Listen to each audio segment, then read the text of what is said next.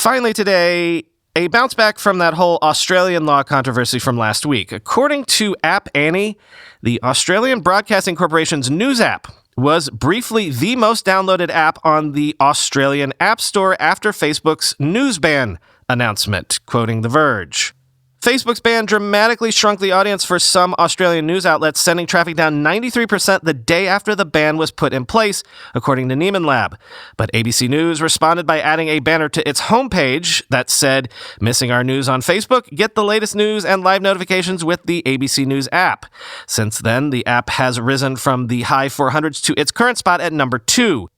Whatever the reason, readers heading directly to news sources over the social media sites that cannibalize them seems like a positive, and other news organizations could potentially take advantage of the ban in similar ways.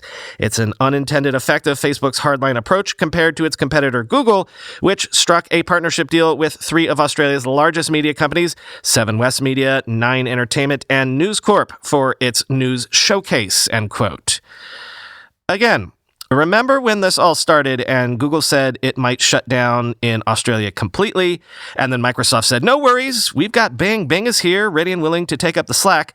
I said at the time that I wanted both sides to just do it.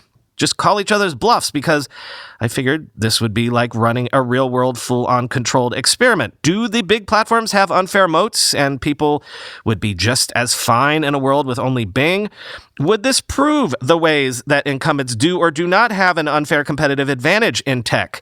So yeah, maybe we've got a similar real-world experiment running here. Has social media intermediated the relationship between news producers and their consumers? Yes or no? Why or why not? And to what degree?